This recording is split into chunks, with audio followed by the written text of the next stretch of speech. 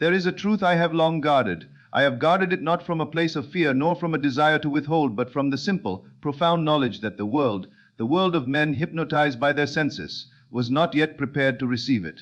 For to receive this truth is not merely to learn a new fact. It is to undergo a complete and total death. But tonight, in this very moment, as you are drawn to these words, I know that something has shifted in the great field of consciousness. You have been led here not by accident, not by chance, but by a hunger that has become so intense that the very law of your own being has demanded this revelation.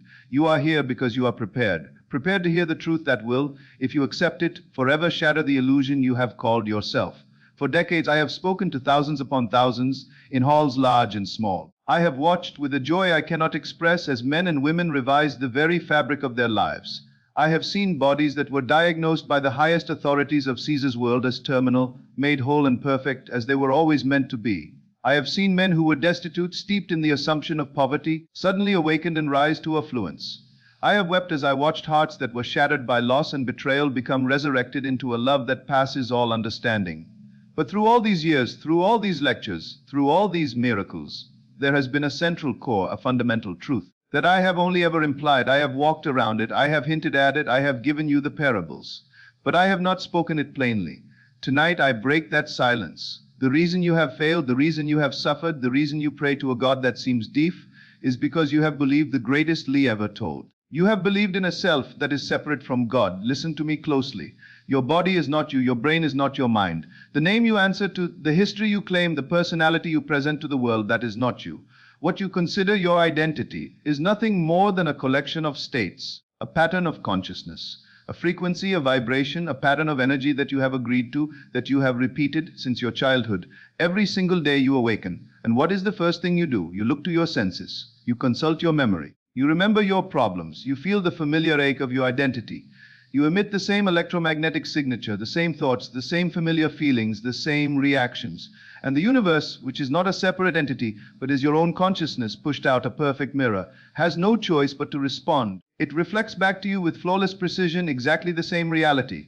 One more time, day after day, year after year, you are trapped in a loop, a wheel of recurrence created not by an external fate, but by your own unconscious assumption. You have become so hypnotized by the shadows on the wall of your cave that you have forgotten you are the one casting them. You believe what your five senses tell you is the only reality. You believe the facts of your life are final. But here is the truth that has kept me awake at night, a truth that the mystics have known for millennia, and which your own modern science is now, in its infancy, just beginning to touch as a shadow of the real law. Your brain, that physical instrument, cannot distinguish between what you experience in the outer world of facts and what you vividly imagine in your inner world. If you can construct a scene in your imagination, if you can truly enter it, if you can feel the emotions of that desired future right now, if you can feel the gratitude, the relief, the joy, the security of your wish already being a fact, your brain begins to rewire itself. It builds new neural pathways as if the experience had already happened. Your own scientists at your great universities have proven this shadow.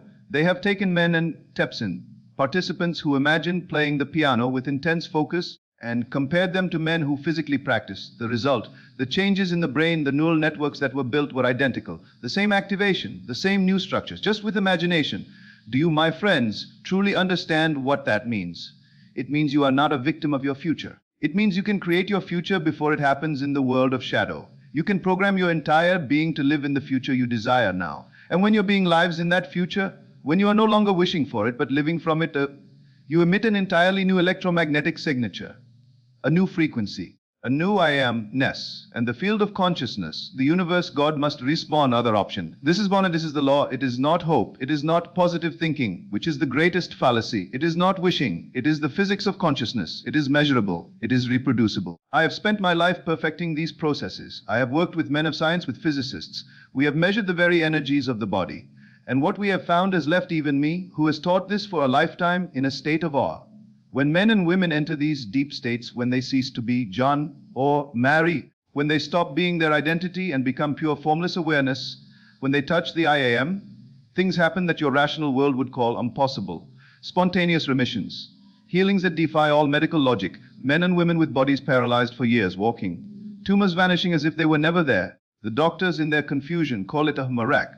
But I call it the law. I call it the natural result that occurs when human imagination, which is God, claims its inheritance. It is what happens when you stop being in love with matter, with the world of facts, and begin to understand energy. When you stop being that person who believes in your limitations, and you become the limitless being you truly are. But now we come to the secret. The part I have hidden. The part that seemed too dangerous, too radical to say aloud. The vast majority of people want to change. They want to heal. They want abundance. They want a new life. They want to remain the very person they are now. They want to keep their old identity, their old beliefs, their old reactions, their old self, and at the same end, manifest a new future. And that is the great impossibility. That is why it does not work. You cannot create a new reality with the same level of consciousness that created your old one. You cannot remain the same person and expect your life to change. This means you have to die, not physically. No, that is the crude interpretation. You must die psychologically. The person you were, the person who woke up this morning, who carries your name in your history, that person must cease to exist. The personality that created your present reality must be dissolved.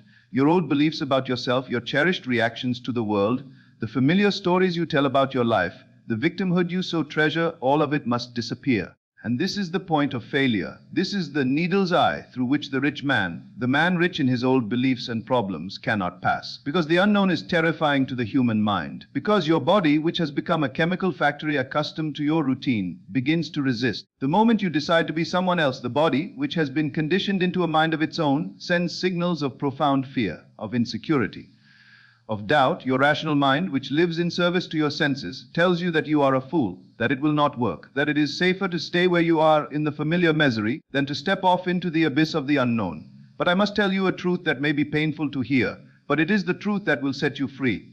That resistance you feel, that overwhelming fear, that is not your mind protecting you. It is the programming that has held you hostage for decades. It is the profound, cellular addiction to the very emotions that have defined your identity, the addiction to fear, the addiction to anger, the addiction to shame, the addiction to unworthiness. Your body is so accustomed to these chemical states that it considers them normal. And when you try to change, when you try to feel joy or gratitude or freedom, the body treats it as a withdrawal. It rebels, it screams, it does everything in its power to manufacture a thought, a memory, or an event in your world to drag you back into the familiar, predictable past. But here is the promise. On the other side of this profound discomfort, on the other side of this death, awaits a life so magnificent, so utterly new, that you cannot even imagine it from your present state, because you have never felt the frequency of that reality. And to get there, you must be willing to walk through the nothing. You must be willing to enter the void, the quantum field, the Sabbath of the soul, where there is no past, no future, only the eternal moment of now, only pure possibility. Only I am. This is the first great step. This is the understanding you must have before you can take the how.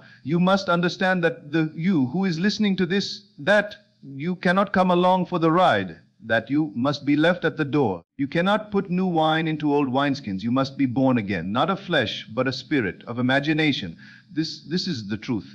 And now the question is not whether I am prepared to give it. The question is, are you prepared to receive it?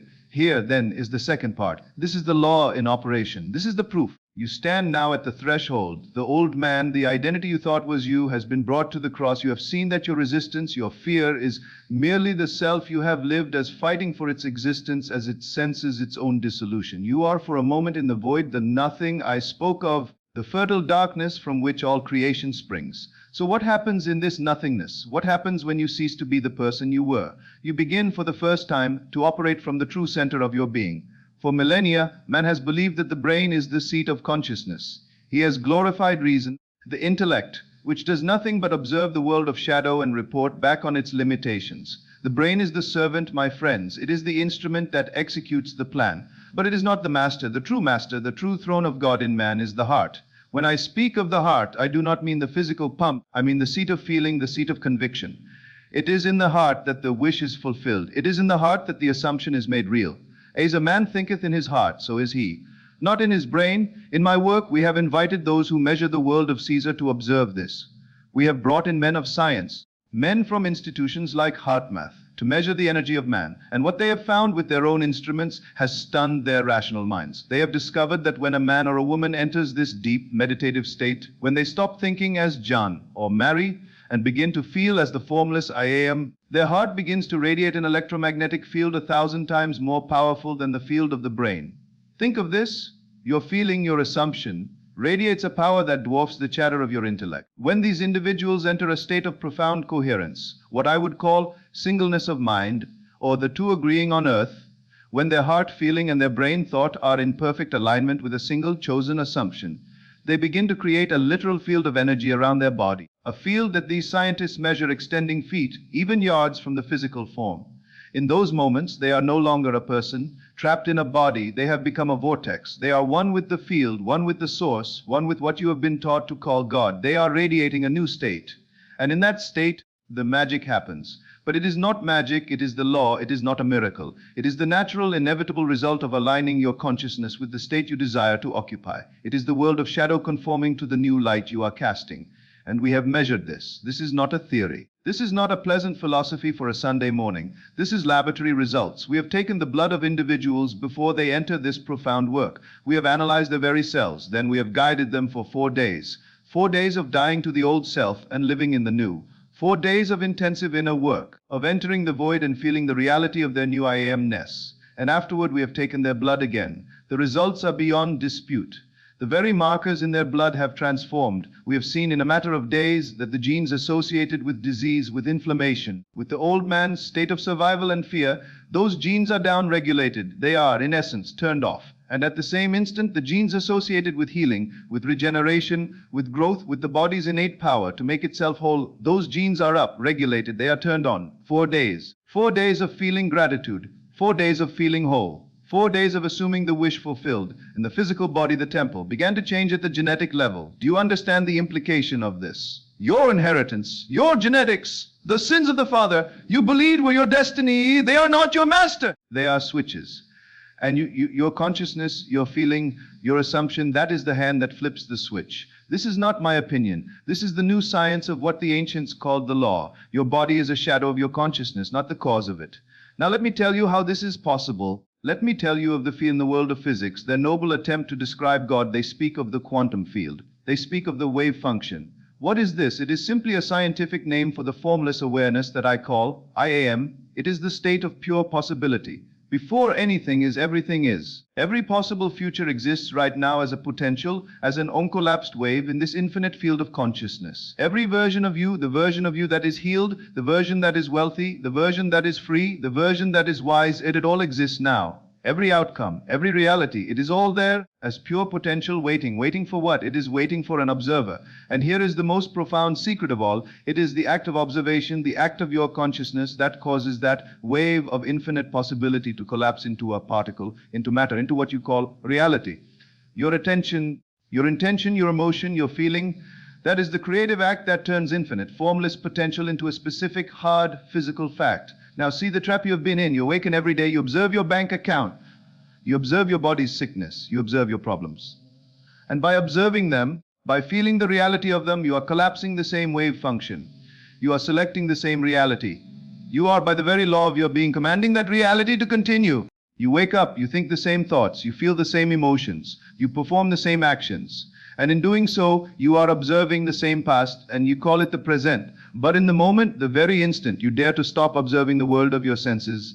In the moment you close your eyes to the facts of Kiza. In the moment you begin to think differently, to feel differently, to observe in your imagination a new version of yourself, you, as the divine observer, collapse a different wave function. You select a new possible future from the infinite field.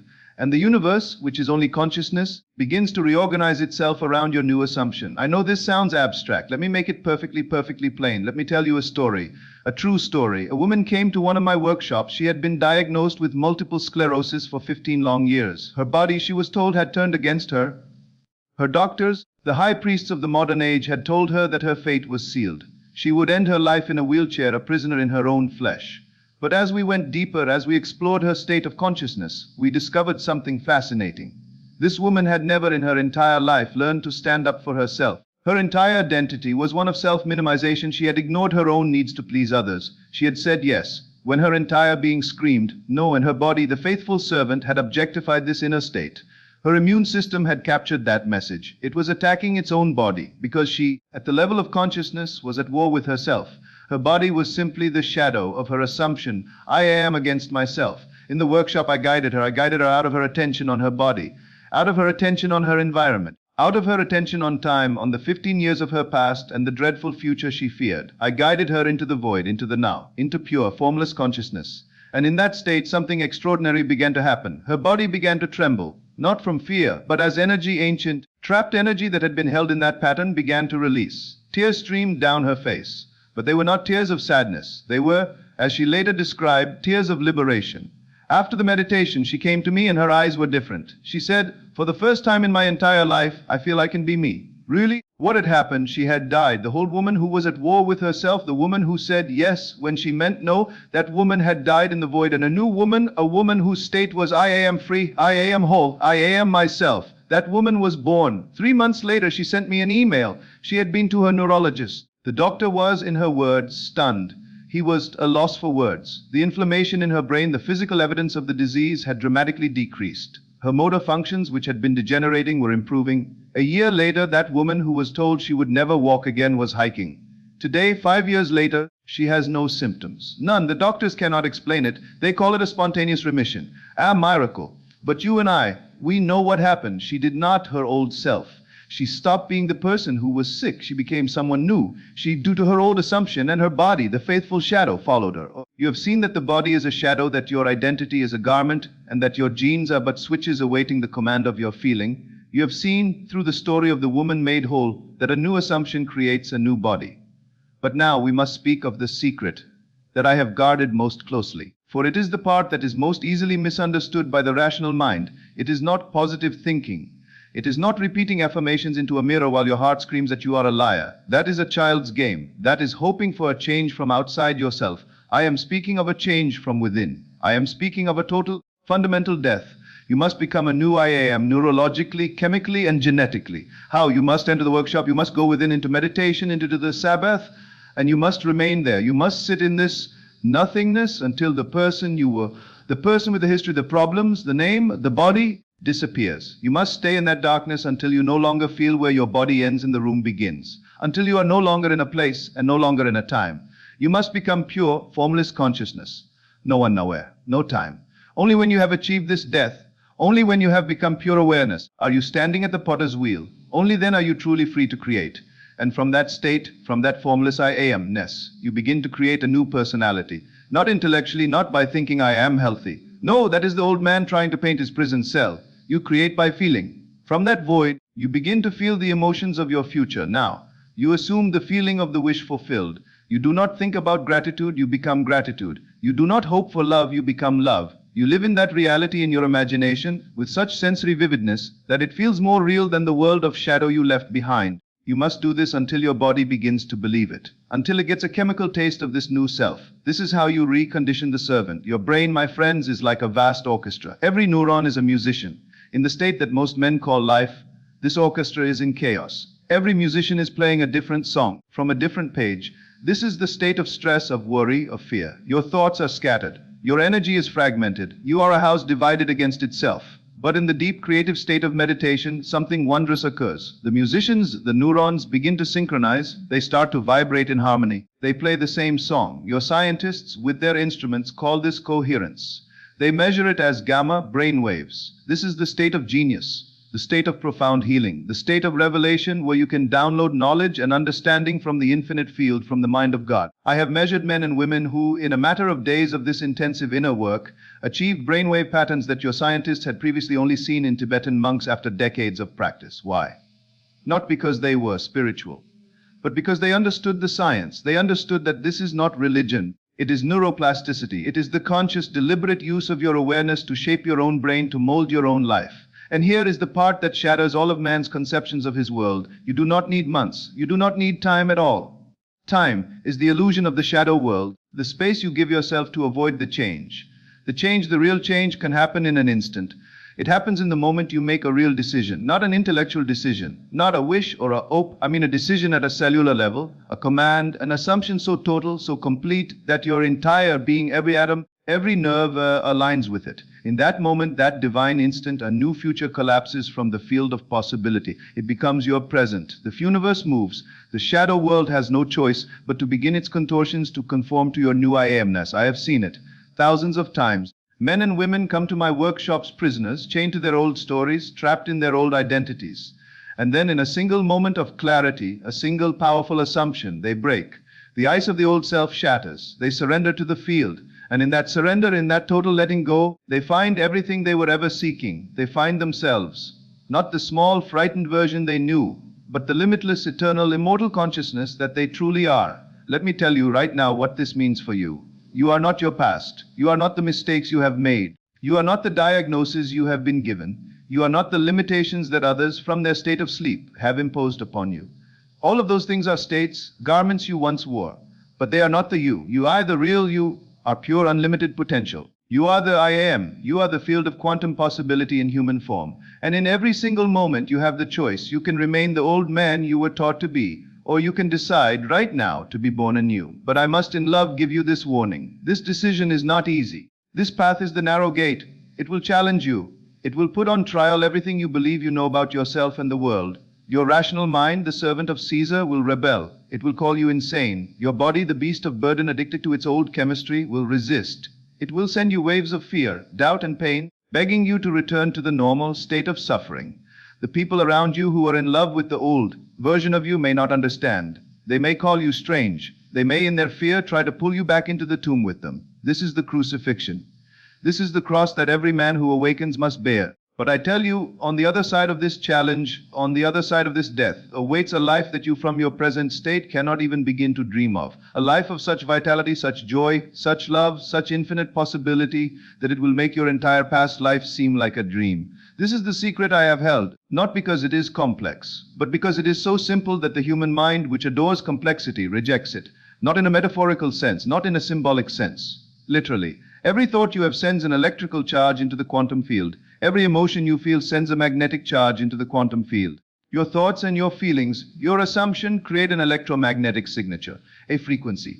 And the universe, which is God, which is the one infinite responsive field, simply answers that frequency. It reflects back to you as your life the experiences that perfectly match your signal. If you really understand this, if you truly grasp this, you will realize in this instant that you have never been a victim, you have always been the creator. Perhaps an unconscious creator, perhaps a creator by habit, perhaps a creator by programming, but still always the creator. And now, in this moment, you have the opportunity to create consciously. No longer by default, no longer by programming, but by intention, by divine will. The key to this, the antenna in your own temple is what the ancients called the third eye, your pineal gland. This small crystal-lined organ in the center of your brain is the transducer. It is the bridge between the material world of shadow and the infinite energetic quantum field. When you meditate, when you withdraw your energy from your body, from the senses, and you focus it like a laser on this center, this gland begins to activate.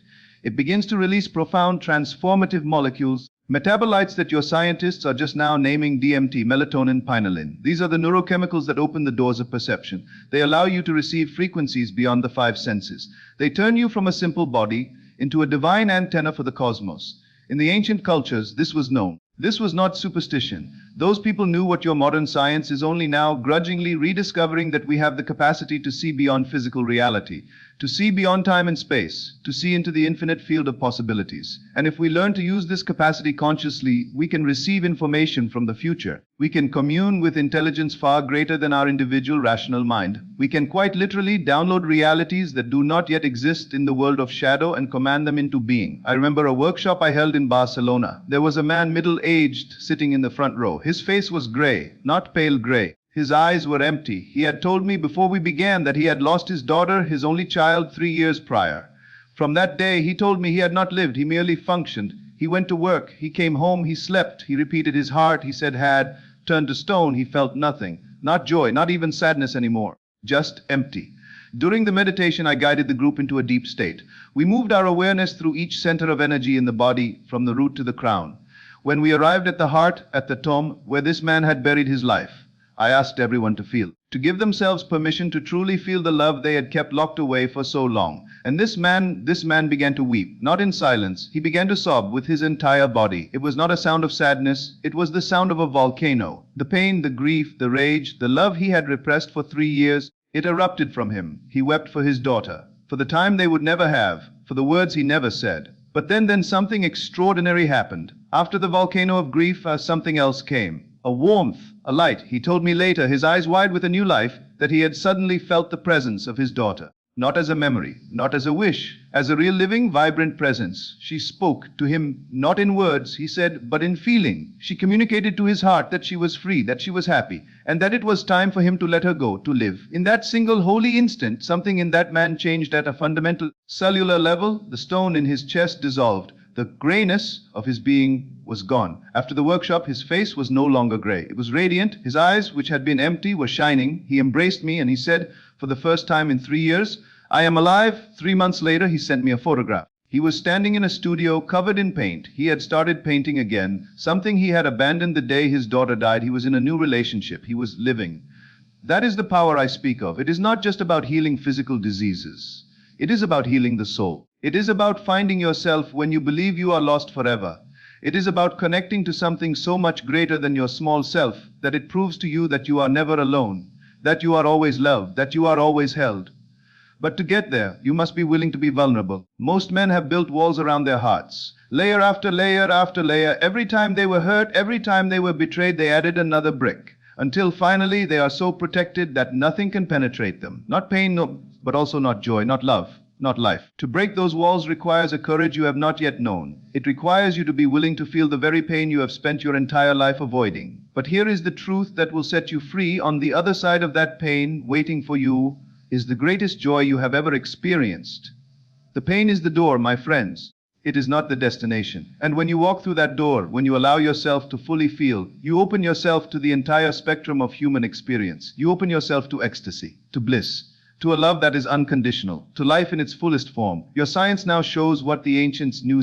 Repressed emotions do not disappear. They are stored in the body, in your tissues, in your organs, in your cells. Every tear you didn't cry, every fit of rage you didn't express, every moment of fear you didn't feel, it all becomes a blockage, an energetic knot in your system. The meditation I teach is designed to release these blockages, not by force, not by effort, but by surrender, by letting go, by trusting the infinite intelligence of your own body, which knows exactly what it needs to do. You do not have to figure out how to heal. You only have to create the space for healing. You only have to get out of the way and allow God to work through you. I have seen it again and again. People come to my workshops with chronic pain, backs that have tormented them for decades, migraines that have ruined their lives, arthritis that has crippled their movements.